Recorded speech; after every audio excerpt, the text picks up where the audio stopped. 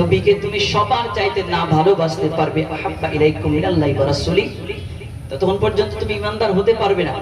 তাই নবীর কথা তোমার যখন মনে পড়বে, নবী তো বহু দূরে সোনার মদিনায় আছে, অতএব যখন নবীর কথা মনে পড়বে এই আয়াতটাকে স্মরণ করবে, নবী তো আমার অন্তরের চাইতে কাছে আছে। বলেন সেই নবীকে আমাদেরকে জানের চাইতে ভালোবাসতে হবে। কারণ আপনি যেখানে যাবেন নবীর মতো কেউ হবে না। কারণ নবী সাল্লাল্লাহু তাআলা আলাইহি সাল্লামের জন্য পৃথিবীতে সমস্ত কিছু আল্লাহ পাক দিয়েছে। একবার বলেন না সুবহানাল্লাহ। এজন্য আল্লাহ পাক আল্লাহ তাআলা বলে, বান্দারে পৃথিবীর জমিনে যাহা কিছু দিয়েছি নবীর কারণে দিয়েছি। বলেন সুবহানাল্লাহ। আমি আল্লাহ রাব্বুল আলামিন নবীর শান কতটা বানাইলাম, ওয়ারাফা'না লাকা যিকরাক, হাবিব আপনার শান ও মানকে আমি আল্লাহ পাক এতটা পরিমাণে বাড়াইলাম। অন্য কোন নবীদের শানকে আমি আল্লাহ পাক এতটা পরিমাণে বানাই নাই। ইউসুফ আলাইহিস সালামকে দেখে মিশরের নারীরা ফল কাটতে গিয়ে আঙ্গুল কেটেছে, কিন্তু মা আয়েশা সিদ্দিকা রাদিয়াল্লাহু তাআলা আনহা বলেন, আমার নবীকে যদি মদিনার নারীরা দেখতো, দেখে দেখে তারা গর্দান কেটে দিল, বুঝতে পারতো না। বলেন সুবহানাল্লাহ। কাল হাসরের ময়দান যখন কায়েম হয়ে যাবে, আল্লাহর তরফ থেকে সমস্ত নবী চোখের পানি ছেড়ে ছেড়ে কান্না করবে। ইউসুফ পয়গম্বর চোখের পানি ছেড়ে ছেড়ে কান্না করবে। আমার আল্লাহ ডাক দিয়ে বলবে, ইউসুফ নবী গো, পৃথিবীর মধ্যে আমি আল্লাহ পাক আদম নবী থেকে ঈসা নবী পর্যন্ত যতগুলা নবী পাঠিয়েছিলাম, সবার চাইতে তোমার চেহারাটা সুন্দর দিয়েছিলাম, তোমাকে রাজত্ব দিয়েছিলাম গো পয়গম্বর, তুমি কেন চোখের পানি ছেড়ে ছেড়ে কান্দো? ইউসুফ পয়গম্বর বলবে, আল্লাহ তোমার হাবিবুল্লাহকে তুমি এত সুন্দর বানাইলা, আমি ইউসুফ পয়গম্বর দেখে ফিদা হয়ে গেছি, ওই নবীর চেহারার দিকে তাকায়া তাকায়া কান্না করি। ওগো আল্লাহ, এত সুন্দর নবী আমি কোনোদিন দেখি নাই, এত সুন্দর পয়গম্বরের জন্য আমি ইউসুফ নবীর বুকে ভালোবাসা আছে। বলেন সুবহানাল্লাহ। নবীর শান আল্লাহ পাক কত দিয়েছে। আল্লাহ রাব্বুল আলামিন বলে, পৃথিবীর জমিনে তুমি এসেছো, তোমাকে সুন্দর বানিয়েছে। লাকাদ খালাকনাল ইনসানা ফি আহসানি তাকওয়িম। শুধু তাই নয়, আমার আল্লাহ পাক বলে, আল্লাযী খালাকাকা ফাসাওয়াকা ফাআদালাক ফি আইয়ি সূরাতিন মা শাআ রাক্কাবাক। আল্লাহ পাক বলে, বান্দারে এই স্বাদের পৃথিবী আমি আল্লাহ তো সুন্দর করে বানিয়েছি, সঙ্গে তোমাকেও আমি আল্লাহ পাক অনেক সৌন্দর্য দিয়েছি। আল্লাহ পাক পৃথিবীকে সুন্দর বানিয়েছেন। এই পৃথিবীর মধ্যে সুন্দর কি আছে এবার আপনাদের আমাকে বুঝতে হবে। আল্লাহ পাক অনেক নিয়ামত দিয়েছে, আম্মা বিনিয়ামতি রব্বিকা ফাহাদিস। আল্লাহ পাক বলে, তোমাকে যে নিয়ামত করে দিয়েছে বেশি বেশি চর্চা করো। একবার বলেন না সুবহানাল্লাহ। এই ব্যাপার আপনাদের হৃদয়ের মধ্যে আওয়াজ বের হচ্ছে না কেন? সুবহানাল্লাহ বলেন। একবার সুবহানাল্লাহ বললে জান্নাতের মধ্যে 70টি খেজুরের গাছ হয়।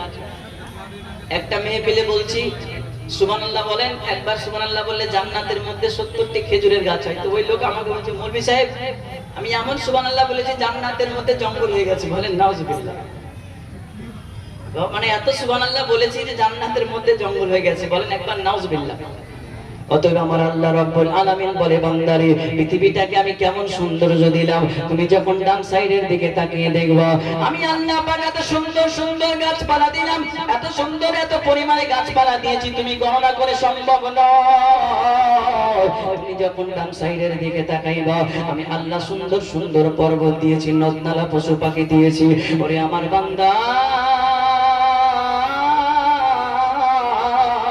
তুমি যখন আসমানের দিকে তাকায় দেখবা আসমানের মধ্যে এত সুন্দর সুন্দর তারকা দিলাম, ওই তারকার মধ্যে একটা সৌন্দর্য চাঁদ দিয়েছি যাতে করে আসমানটা সুন্দর লাগে। ওরে আমার বান্দা, শুধু তাই নয়, পৃথিবীর জমিনে আমি আল্লাহ পাক কতগুলা পশু পাখি দিলাম, সবকে আলাদা আলাদা।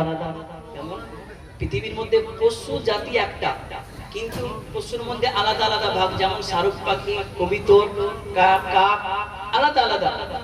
আর আপনার পশুর মধ্যেও আলাদা, যেমন একটা ভেড়া, গরু, মহিষ, আপনার বকরি, প্রত্যেকটা জিনিসকে আল্লাহ পাক দিয়েছে, কিন্তু একটাই দিয়েছে যার নাম যে পশু।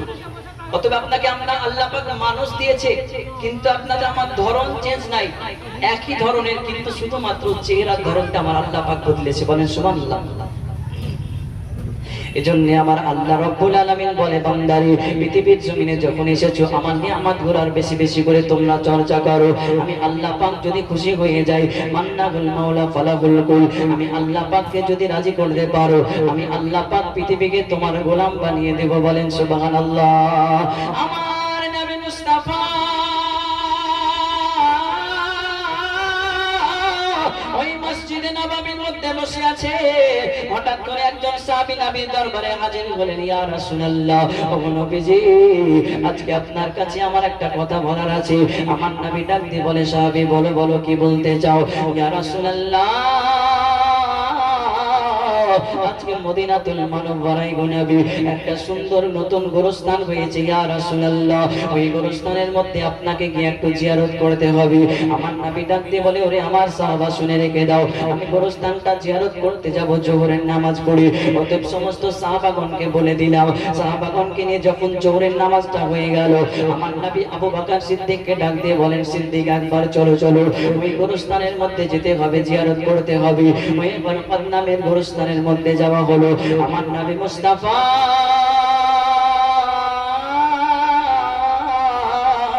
কত উম্মতের পাগল নবী আমার, কত উম্মতের প্রেমিক নবী আমার, ওই গোরস্থানের মধ্যে আপনার ঢুকে গেলেন।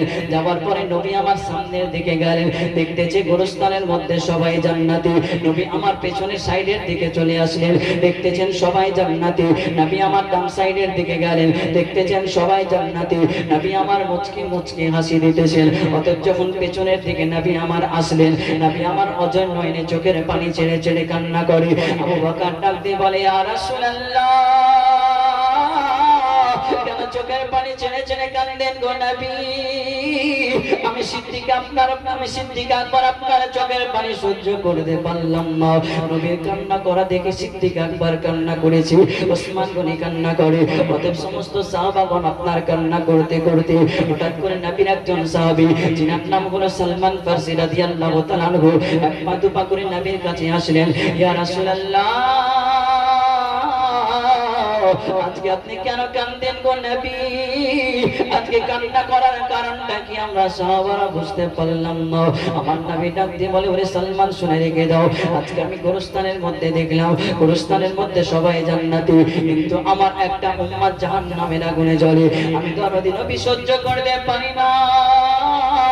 আমার উম্মতি যতক্ষণ পর্যন্ত জান্নাতের মধ্যে না যাইবে, আমি নবীজি ততক্ষণ পর্যন্ত আমার কান্না থামবে না। বলেন সুবহানাল্লাহ। ইয়া রাসূলুল্লাহ, কান্না করবেন না, আমরা সহ্য করতে পারি না। বলেন নবী, কি করা যায়? নবী আমার বলে, সাহাবারা শুনে রেখে দাও, জেনে রেখে দাও, ও আমার আবু বকর, কান্না করিও না। ওই মদিনাতুল মুনাওয়ারায় সবাইকে তোমরা জানায়া দাও, এই কবরের মধ্যে যার যার আত্মীয় স্বজন আছে এসে যাতে পাশে করে সবাই মিলে দাঁড়িয়ে যায়। অতএব যার বাবা নাই তার বাবার পাশে এসে যাতে সন্তান দাঁড়িয়ে যায়, যার মা নাই তার মায়ের পাশে এসে যাতে করে সন্তান দাঁড়িয়ে যায়, যার ভাই নাই ভাইয়ের পাশে এসে সন্তান দাঁড়িয়ে যায়। অতএব মদিনাতুল মুনাওয়ারা আপনার জানাজানি হয়ে গেল। যার বাবা নাই তার বাবার পাশে সন্তান দাঁড়াও, আজকে যার মা নাই তার মায়ের পাশে সন্তান দাঁড়াও। আপনার কিনা মদিনাতুল মুনাওয়ারায় ওই গোরস্থানের পাশে আপন আপন আত্মীয় স্বজন সবাই এসে আপনারা দাঁড়িয়ে গেল। কিন্তু যেই কবরের মধ্যে আযাব চলতেছে, ওই কবরবাসী মা মা মা মা বলে চিৎকার করে কান্না করতেছে। আমার নবী ডাক দিয়ে বলে, আবু বকর, আজকে গোরস্থানের মধ্যে সবাই আত্মীয় স্বজন দাঁড়িয়ে গেল, কেন আমার উম্মতের কি কেউ নাই নাকি? আমার উম্মতের পাশে কেন কেউ আসে না? আমার নবী আবার চোখের পানি ছেড়ে ছেড়ে কান্না করে। অতএব কান্না করতে করতে একজন বুড়ি মহিলা লাঠি নিয়ে নিয়ে আপনার কবরের পাশে হাজির হলেন। আমার নবী ডাক দিয়ে বলে, মা আজকে যে কবরের মধ্যে শুয়ে আছে মা, এটা তোমার কে লাগে গো আম্মা? অতএব ডাকতে বলতেছে, ইয়া রাসূলুল্লাহ, এই কবরের মধ্যে যিনি শুয়ে আছে গো নবীজি, ইনি অন্য কেউ নয় গো নবী, ইনি হলো আমার গর্ভধারিণী সন্তান গো নবী। ও গো মা, আজকে আমার সন্তান, তোমার সন্তানটা জাহান্নামের আগুনে জ্বলতেছে মা, আজকে তোমার সন্তানটা কেন আগুনে জ্বলে গো আম্মা? অতএব নবী গো, আমার সন্তানটাকে 10 মাস ধরে পেটের মাঝে লালন পালন করেছি ইয়া রাসূলুল্লাহ, আজকে 10 মাস ধরে আমার পেটের মাঝে রেখেছি ইয়া রাসূলুল্লাহ। গভীর রাত্রে যখন আমার পেটের মাঝে একটা আমার সন্তান লাথি মেরে দিত গো নবী, আমার ঘুম ভেঙে যেত গো নবী। আমি মায়ের পেটের মধ্যে যখন লাথি মেরে দিত, আমি মায়ের জবান থেকে খাবারটা ছুটে যেত। ইয়া রাসূলুল্লাহ, নবী গো, আজকে আমার সন্তানটা জাহান্নামের আগুনে জ্বলতেছে একটা মাত্র কারণে গো নবী। আমি যখন আমার সন্তানটাকে পেশাব করেছিলাম গো নবী, এত যন্ত্রণা হয়েছিল গো ইয়া রাসূলুল্লাহ, তবু আমার সন্তানটাকে ভূমিষ্ঠ করিয়া আজকে আমার সন্তানটাকে দুনিয়ার আলো দেখিয়েছিলাম। ইয়া রাসূলুল্লাহ, আমার সন্তানটাকে আমি নিজে না খাইয়া মানুষ বানিয়েছিলাম। আমার সন্তানটাকে গো ইয়া রাসূলুল্লাহ যখন পাশে নিয়ে আমি ঘুমাইতাম গো নবী, আমার সন্তানটা যখন ডানে পেশাব করে দিত গো ইয়া রাসূলুল্লাহ, আমি আমার সন্তানটাকে বামের মধ্যে নিতাম গো নবী। আমার সন্তানটা যদি বামে পেশাব করে দিত গো ইয়া রাসূলুল্লাহ, আমার সন্তানটাকে বুকের মাঝে নিতাম গো নবী। কিন্তু আমার সন্তানটা যখন অনেক বড় হয়ে গেছে গো নবী, যখন 10 থেকে 12 বছরের বয়স হয়ে গেল, ইয়া রাসূলুল্লাহ, আমি মা জননীর সামনে নামাজ পড়তেছিলাম, আমার সন্তানটা হঠাৎ করে দরজার মধ্যে আওয়াজ দেয়, ওগো মা তুমি দরজা খুলে দাও, মা দরজা খুলে দাও। সঙ্গে সঙ্গে আমি মা তো দরজাটা খুলতে পারি নাই গো নবী, এবং যখন দরজাটা খুলতে না পারলাম, অতএব কিছুক্ষণ দেরি করে যখন আমি দরজাটা খুলেছিলাম, অতএব দরজা খোলার পরে আমার সন্তান আমি মাকে একটা লাথি মেরে দিয়েছে গো নবী। আমি মা সহ্য করতে পারি নাই গো ইয়া রাসূলুল্লাহ, এই জন্য আমি মা আমার আল্লাহর দরবারে সিজদায় পড়ে কাঁদি, আল্লাহ আমার সন্তানটাকে তুমি জাহান্নামী বানায় দাও গো আল্লাহ। এত কষ্ট করে তারে মানুষ বানিয়েছি গো আল্লাহ, এত কষ্ট করে তারে লালন পালন করেছি, আজকে কেন আমার সন্তানটা আমার শরীরের মধ্যে লাথি মেরেছে? তাই আল্লাহর দরবারে তার জন্য আমি দোয়া করেছি, সে জাহান্নামী হয়ে গেছে। বলেন সুবহানাল্লাহ। মায়ের মতো কেউ হবে? মা যার ভালো দোয়া করবে সেই দোয়াটাও আপনার কারেন্টের মতো কবুল হবে, আর যার জন্য খারাপ দোয়া করবে তার জন্য আপনার কারেন্টের মতো কবুল হবে। অতএব মাকে কেউ কষ্ট দিবেন না। আমার নবী বলে, মা তোমার সন্তানটা জাহান্নামের আগুনে জ্বলতেছে, মা মা বলে ডাকতেছে, কবরের ভেতরে তোমার কি মায়া লাগে না? ওই মা নবীকে আমার ডাক দিয়ে বলে, ইয়া রাসূলুল্লাহ, আমার সন্তানের জন্য আমার কোনো মায়া লাগে না গো নবী, আমার সন্তানটা জাহান্নামের আগুনে জ্বলে, এজন্য আমি বড় খুশি হয়ে গেছি গো নবী মুস্তাফা। আমার নবী অজর নয়নে চোখের পানি ছেড়ে ছেড়ে কান্না করে। আজকে মা সন্তানকে কবরের মধ্যে রেখে দিও, মা বড় খুশিতে আত্মহারা হয়ে গেছে। কিন্তু আমি নবী মুস্তাফা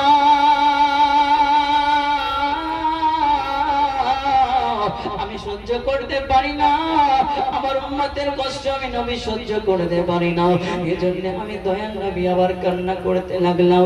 আবু বকর ডাক দিয়ে বলে, নবী গো আর কত কান্না করবেন ইয়া রাসূলুল্লাহ? পৃথিবীর জমিনে নবী মুস্তাফার আব্বা জানের ইন্তেকাল হয়েছে, নবী আমার আব্বা আব্বা বলে এতটা পরিমাণে কান্না করে নাই।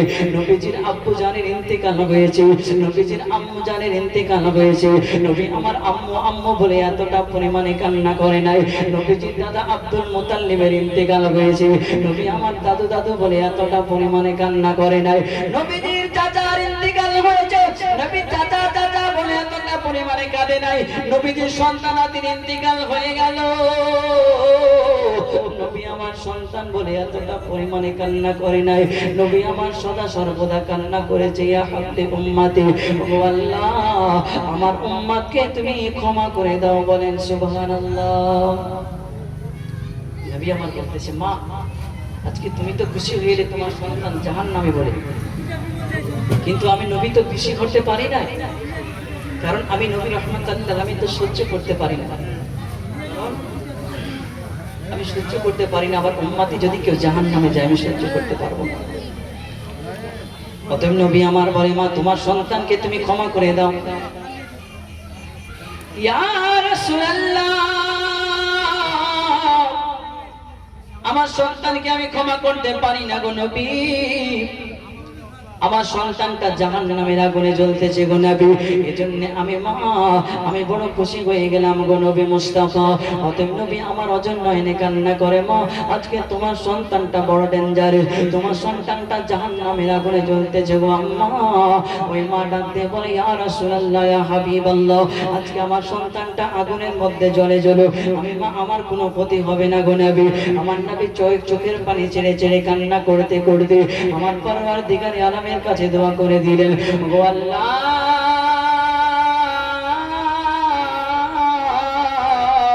আজকে তুমি কবরের পর্দাটা সরাইয়া দাও। আজকে আল্লাহ রাব্বুল আলামিন যেই মাত্র আপনার নবী মুস্তাফা দোয়া করে দিলেন, সঙ্গে সঙ্গে কবরের পর্দাটা আপনার সরে গেল। আম্মা জান নিজের সন্তানের আযাবগুলা দেখতেছি এবং দেখতেছি যে সন্তানটা আগুনের মধ্যে জ্বলতেছে এবং মা মা বলে ডাকতেছি, ওগো মা, পৃথিবীর জমিনে আমি বড্ড ভুল করে দিয়েছি গো আম্মা, আমাকে ক্ষমা করে দাও গো মা। যেই মাত্র এমন বলে কান্না করে, ওই আম্মা জান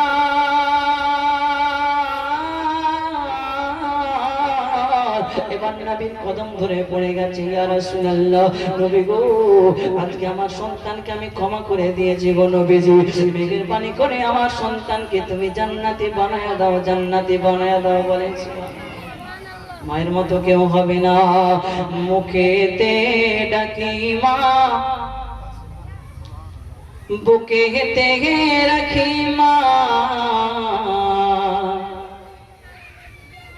মুখেতে ডাকি মা, বুকেতে রাখি মা, মাগো তুমি আমার জান, কোনো দিন ভুলো না, মাগো তুমি আমার জান, কোনো দিন ভুলো না।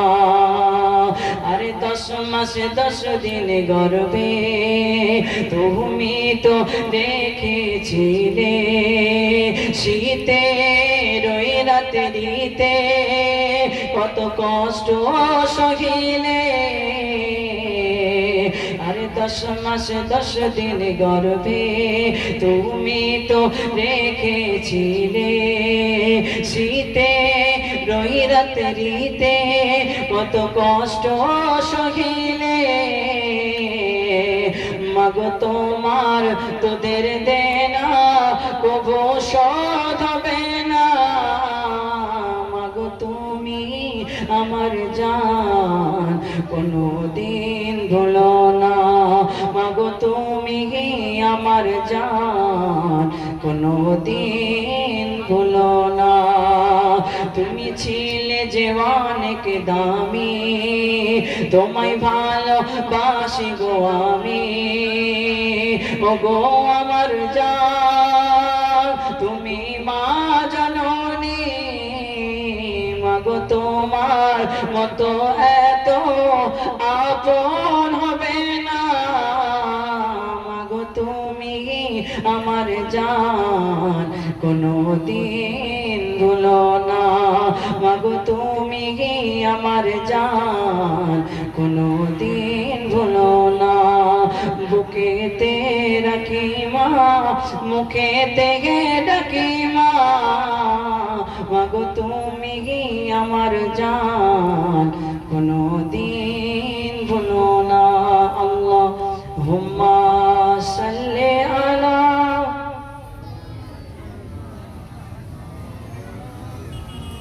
মুহাম্মাদ ওয়া আলা আলি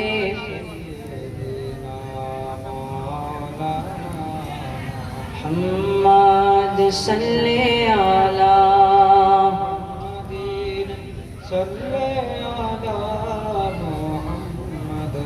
हर दम ज़बान से निकालो पाक, हर दम ज़बान से निकालो शफियाना।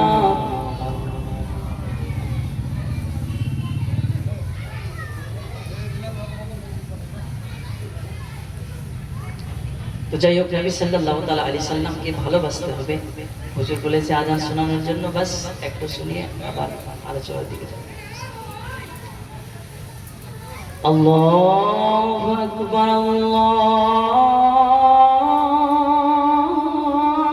আকবার, আল্লাহু আকবার,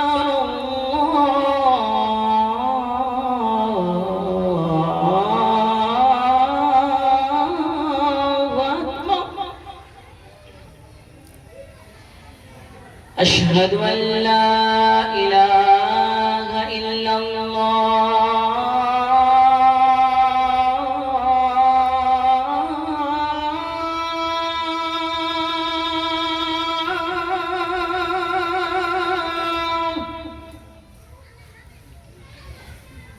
أشهد أن لا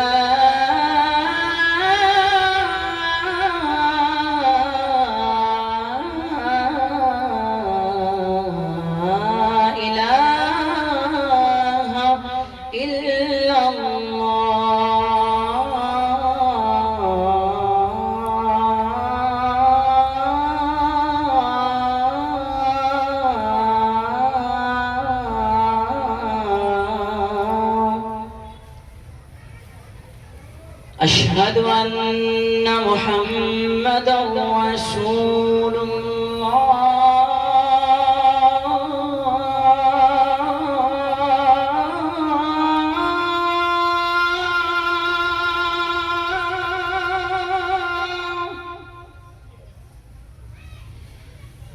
أشهد أن محمدا رسول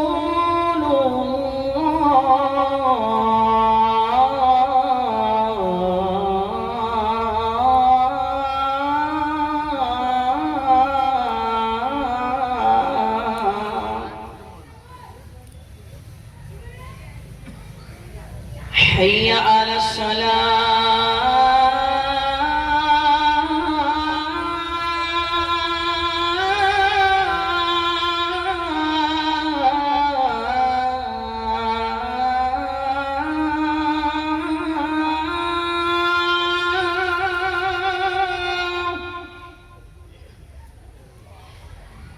حي على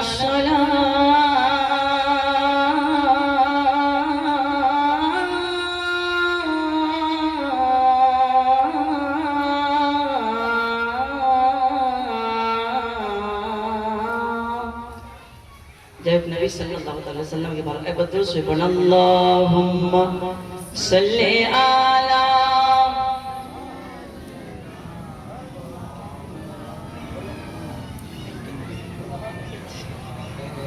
سيدنا مولانا محمد ولا محمد صلى على সাল্লাল্লাহু তাআলা আলাইহি ওয়াসাল্লাম।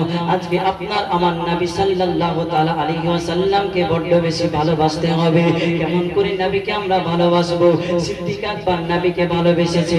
আবু বকর সিদ্দিক নবীকে ভালোবাসার কারণে তিনি সিদ্দিক আকবর হয়ে গেছে। ওসমান গনি নবীকে ভালোবেসেছে, উনি জন্নরাইন হয়ে গেছে। আপনার কিনা ফারুক আজম নবী মুস্তাফাকে ভালোবেসেছে। উমর ফারুক নবীকে ভালোবেসেছেন, উনি ফারুক আজম হয়ে গেছেন। ওসমান গনি নবীকে ভালোবেসেছেন, উনি জন্নরাইন হয়ে গেছেন। বেলাল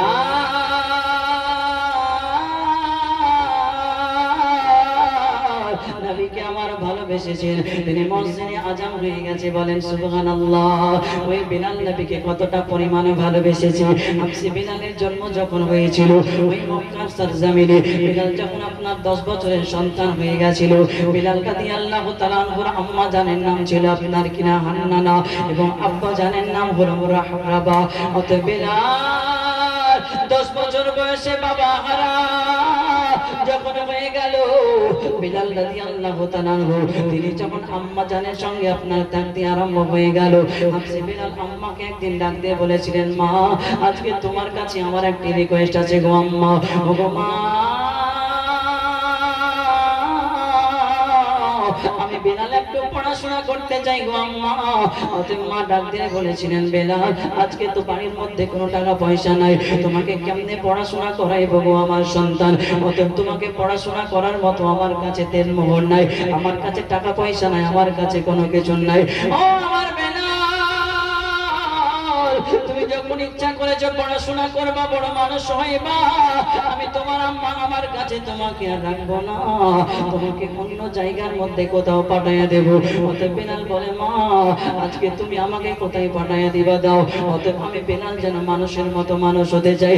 আমার নবী রাহমাতুল লিল আলামিন তখন আপনার মদিনাতুল মুনাওয়ারায় সত্যবাদী আল আমিন নামে পরিচিত ছিল। বেলাল যখন নবীর কথা শুনেছে মনে বড় তামান্না হয়ে গেছে নবীকে দেখবো, ওই নবীকে দেখলে দেখবো। আমি বেলাল বড় তামান্না, আমি বেলাল বড় মনের বাসনা। কে কোথায় আছে শুনে না,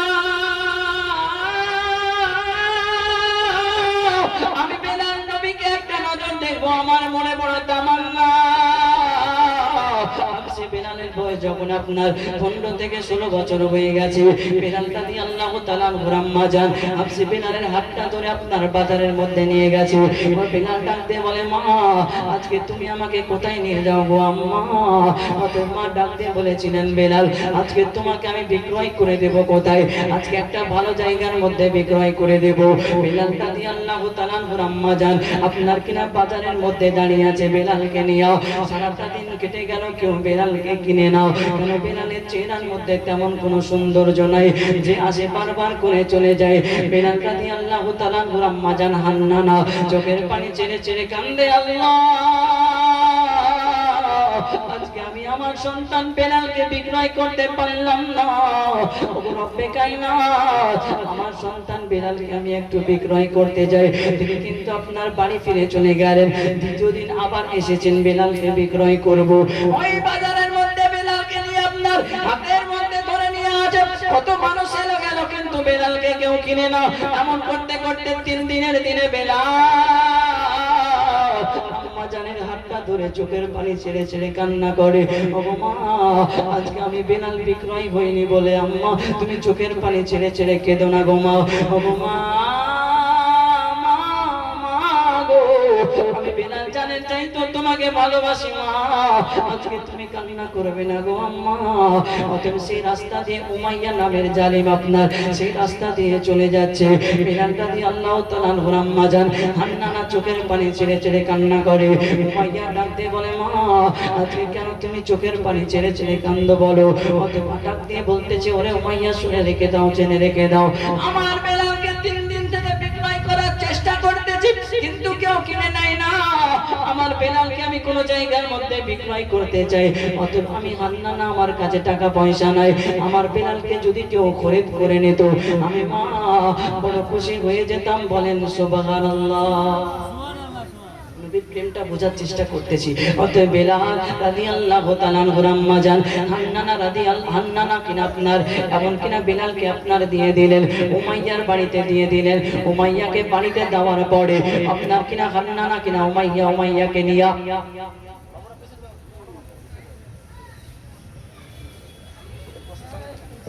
नारे तकबीर, नारे रिसालत, मसला के आला हजरत, मसला के आला हजरत जनाब मौलाना मोहम्मद पियारुल इस्लाम चिश्ती साहिब जिंदाबाद। অতএব ভাই বাবা জীবনেরা এখনো পর্যন্ত যিনারা আসেননি ঘোরাফেরা করতেছেন, আপনাদের আকর্ষণীয় বক্তা পিয়ারুল ইসলাম চিশতি চলে এসেছেন।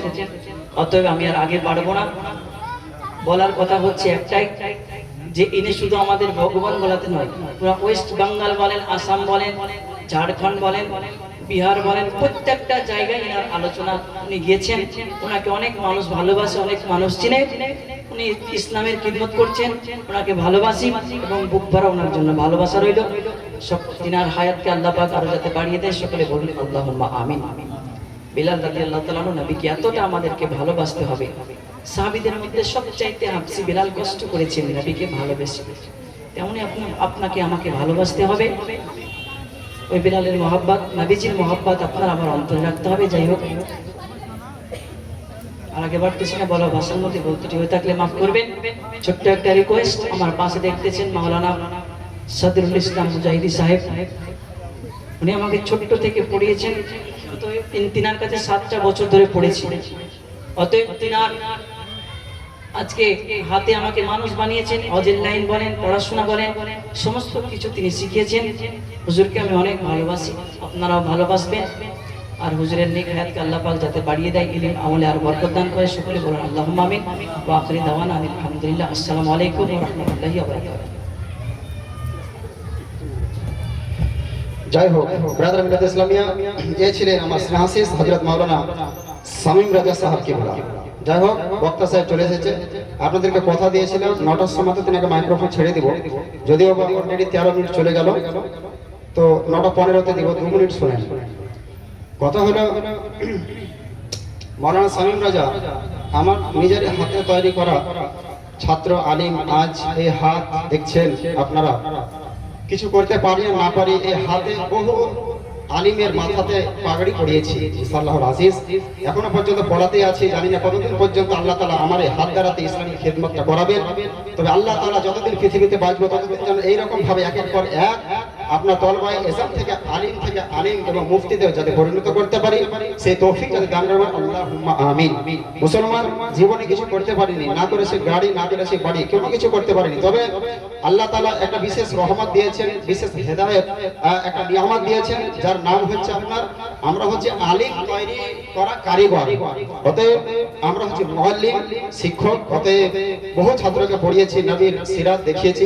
আল্লাহ তাআলা এই সমস্ত ছাত্র আমার সিনাসি, যদিও বা অনেক কিছু বলতাম, তবে আল্লাহর কাছে এটা দোয়া করব যে আমার সিনাসি হযরত মাওলানা শামীম রাজা সাহেবকে যেন আরো উঁচু থেকে উঁচু আলা মাকাম দান করেন, সম্মান দান করেন, এবং তেনার ইনকামিং ফিউচারে যাতে তার উজ্জ্বল নক্ষত্র হিসাবে ভবিষ্যতের একজন যোগ্য বিজ্ঞ আলিম হিসাবে মানুষের খিদমত করতে পারেন। বলেন আল্লাহুম্মা আমিন, সুম্মা আল্লাহুম্মা আমিন।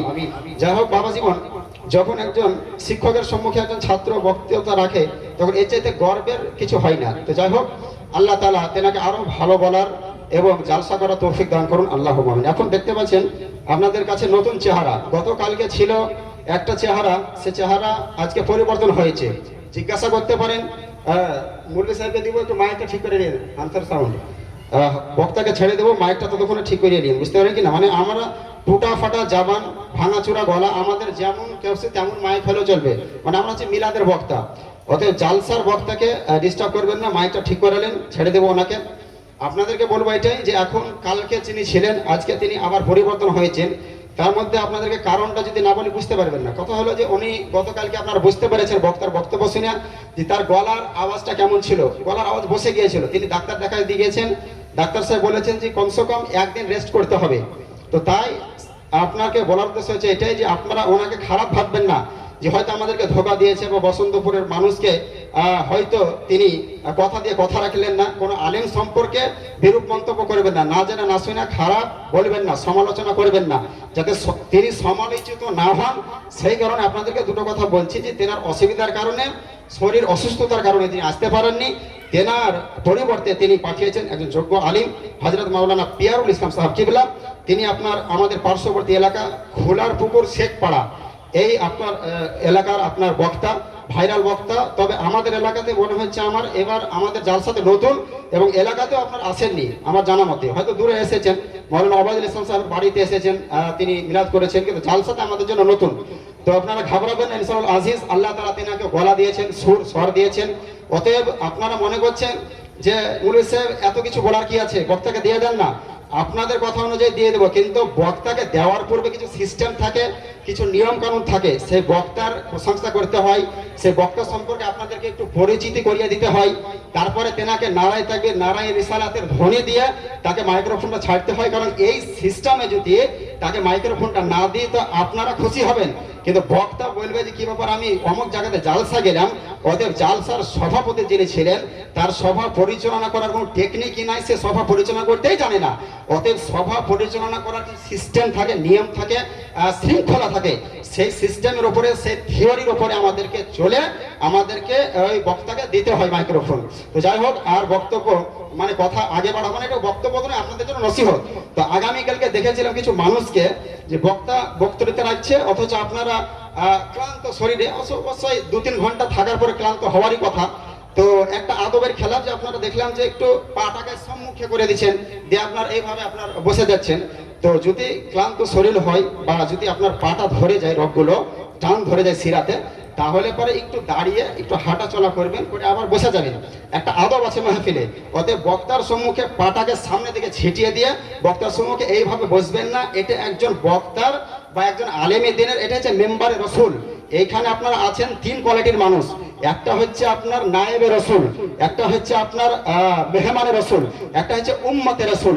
যেনারা আলেম ওলামা, আলেমের মোহর যাদের লাগানো হয়েছে এনারা হচ্ছে নায়েবে রসুল, আর যেনারা তলবায় বসে আছেন এনারা হচ্ছে মেহমানে রসুল। আর আপনারা যারা রয়েছেন এবং আমরা সবাই মিলে আমরা হচ্ছে উম্মতে রসুল, বলুন সুবহানাল্লাহ। অতএব এই মেম্বারে রসুলে বসে আছে নায়েবে রসুল, অতএব এনাদের সম্মান আছে। এনাদের সম্মান সম্পর্কে হাদিস কোরআন বলতে গেলে সময় অনেকটা লঙ্ঘন হয়ে যায়, অতএব সময়ের দিকে তাকিয়ে আর আগে বাড়াচ্ছি না। আপনাদেরকে বলবো যে পাটা একটু আগে করবেন না দয়া করে, এতে বক্তার আলিমের মেম্বার রসুলের বেয়াদবি হয়। যাই হোক মুসলমান হযরত, এখন আপনাদের বেলা তাখির আসছেন আপনাদের সম্মুখে জীবনী গায়ক বক্তা, পশ্চিমবঙ্গের খ্যাতনামা ইউটিউব ভাইরাল বক্তা, ফেসবুক ভাইরাল বক্তা হযরত মাওলানা পিয়ারুল ইসলাম চিশতি সাহেব কিবলা। তিনি গতকালকে মতিউর রহমান সাহেব কিবলা যেখানে জীবনীটা ছেড়ে দিয়েছিলেন, কোথায় জীবনীটা ছেড়ে দিয়েছিলেন আপনারা হয়তো অনেকে মনে রেখেছেন, তবে বক্তাকে আমি আগাম বলে দিয়েছি সেখান থেকে জীবনীটা করতে হবে, যাতে বক্তব্যের ধারাবাহিকতাটা ঠিক থাকে। নইলে আপনারাও ক্রোধ করবেন, রাগান্বিত হবেন, আর বক্তব্যের মধ্যে মজাও পাবেন না। জীবনের মধ্যে হয়তো লাইন কেটে গেলে আপনারা বুঝতে পারবেন না। এই কারণে আপনার যে 150 খানা চিঠি দিয়ে ছিলেন হযরত ইমাম হুসাইনকে কুফাতে আসার জন্য, তারপরে তিনি ভাবলেন যে আমি যাবো কি যাবো না, আমি গেলে হয়তো কোনো ক্ষতি হতে পারে। এই কারণে তেনার নায়েব, তেনার দূত হিসাবে মুসলিম বিন আকিল রাদিয়াল্লাহু তাআলা আনহুকে তিনি তেনার দূত করে, তেনার প্রতিনিধি করে কুফার ময়দানে পাঠাবেন। এবার মুসলিম বিন আকিল কি